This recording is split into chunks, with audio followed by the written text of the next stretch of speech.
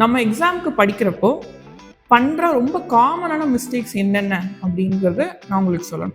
நம்மளுக்கு கம்ஃபர்டபுளாக இருக்கிற சப்ஜெக்டையே திரும்ப திரும்ப படிச்சுட்டு இருப்போம். சில சப்ஜெக்ட் நம்மளுக்கு பார்த்தா கொஞ்சம் கஷ்டமாவோ இல்லை பார்க்கறதுக்கு பயமாவோ இருக்கும். அதை நம்ம ஃபஸ்ட்டு என்னெல்லாம் கேட்பாங்கன்னு நீங்கள் தெரிஞ்சுக்கணும். அதுக்கு தகுந்த மாதிரி நீங்கள் உட்காந்து படிக்கணும். ரிவிஷன்ங்கிறத நம்ம பண்ண மாட்டோம். ஸ்பெசிஃபிக்காக சொல்லணும்னா நான் கிளாஸில் சொல்கிறேன் இந்த ஃபேக்சுவல் டேட்டா.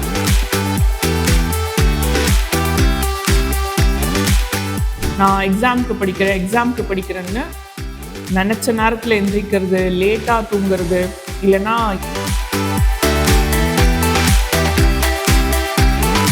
நம்ம எக்ஸாமுக்கு படிக்கிறப்போ பண்ணுற ரொம்ப காமனான மிஸ்டேக்ஸ் என்னென்ன அப்படிங்கிறது நான் உங்களுக்கு சொல்லணும். ஸோ ரொம்ப காமனான மிஸ்டேக்ஸ் பார்த்தீங்கன்னா first and foremost thing is time management நம்ம ஒழுங்காக பண்ண மாட்டோம். இந்த டைம் மேனேஜ்மெண்ட் என்னன்னா, இந்த ஃபேமஸாக எல்லாரும் டைலாக் சொல்லுவாங்க இல்லையா, எல்லாருக்கும் 24 ஹவர்ஸ் தானே இருக்குது.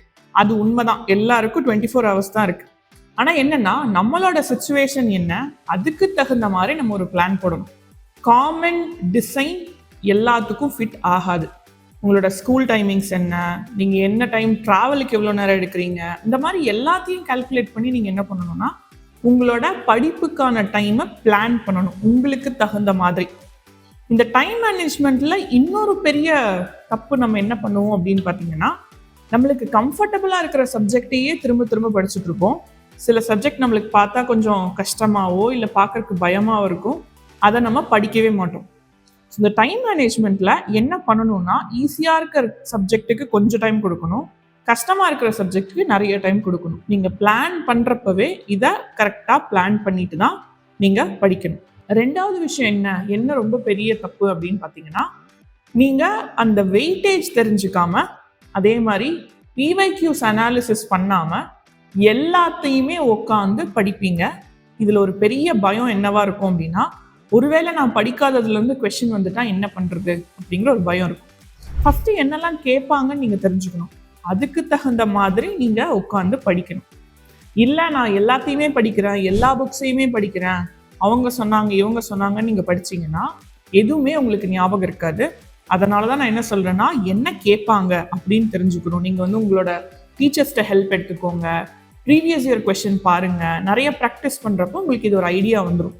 அப்போது என்ன வேணும் அதை நான் படிக்கணும். மூணாவது ரொம்ப பெரிய தப்பு என்னென்னா, ரிவிஷன் பண்ண மாட்டோம். ஸோ இது எந்த சப்ஜெக்டாக இருந்தாலும் ரிவிஷன்ங்கிறத நம்ம பண்ண மாட்டோம். ஸ்பெசிஃபிக்காக சொல்லணும்னா நான் கிளாஸில் சொல்கிறேன் இந்த factual data, numbers, place, name, formulas, இதையெல்லாம் என்ன நீங்கள் படித்தாலும் அப்போ உங்களுக்கு ஞாபகம் இருக்க மாதிரி இருக்கும். ஆனால் என்ன நடக்கும்னா எக்ஸாமில் ஞாபகம் வராது. இதுக்கு ஒரே சொல்யூஷன் ரிவிஷன் மட்டும்தான்.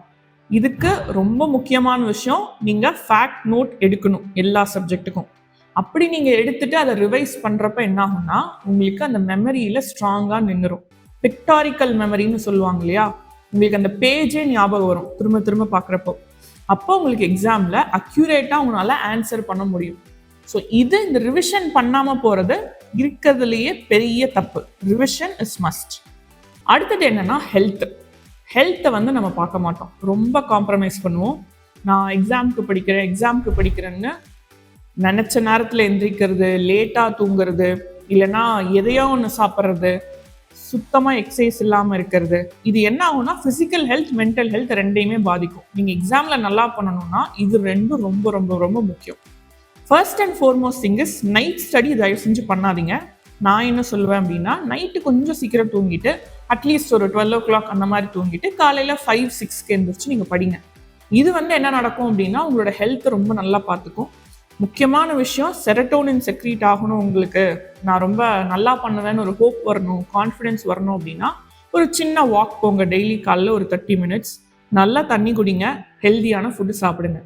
இப்படி நீங்கள் ஸ்மார்ட்டாக அதே மாதிரி ஹெல்தியாக இருக்கீங்க, ரிவிஷன் பண்ணுறீங்க, என்ன வேணும்னு தெரிஞ்சு படிச்சிங்க அப்படின்னா கொஸ்டின் பேப்பர் எவ்வளோ கஷ்டமாக இருந்தாலும் நம்ம பண்ணுறது சம்பவமாக தான் இருக்கும்.